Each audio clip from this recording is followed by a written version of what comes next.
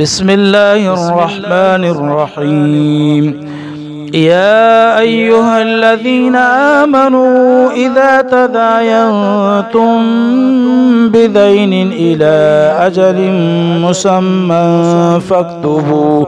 وليكتب بينكم كاتب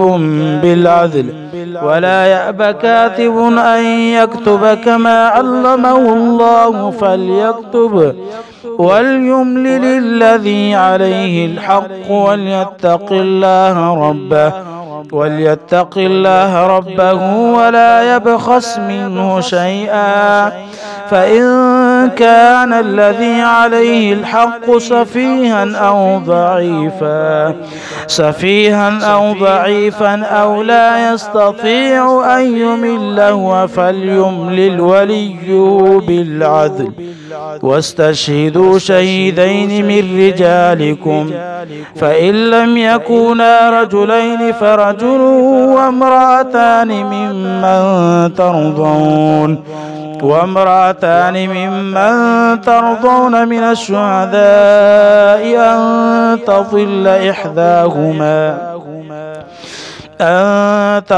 إحداهما فتذكر إحداهما الأخرى،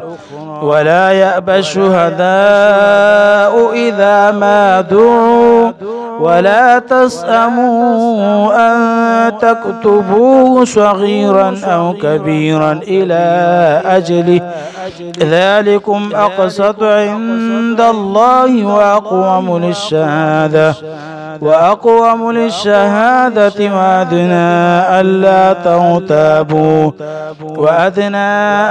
ترتابوا إلا أن تكون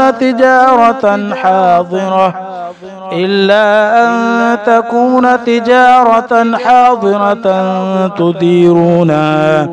تديرونها بينكم، فليس عليكم جناح ألا تكتبوها،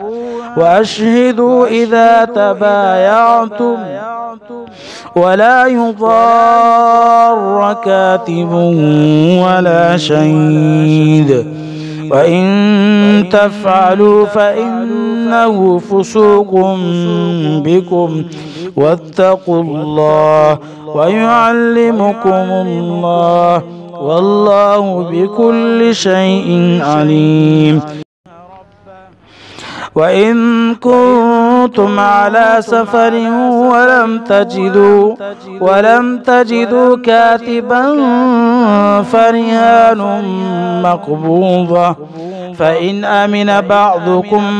بعضا فليؤدي الذي اؤتمن أمانته وليتق الله ربه ولا تكتموا الشهادة، ومن يكتمها فإنه آثم قلبه، والله بما تعملون عليم.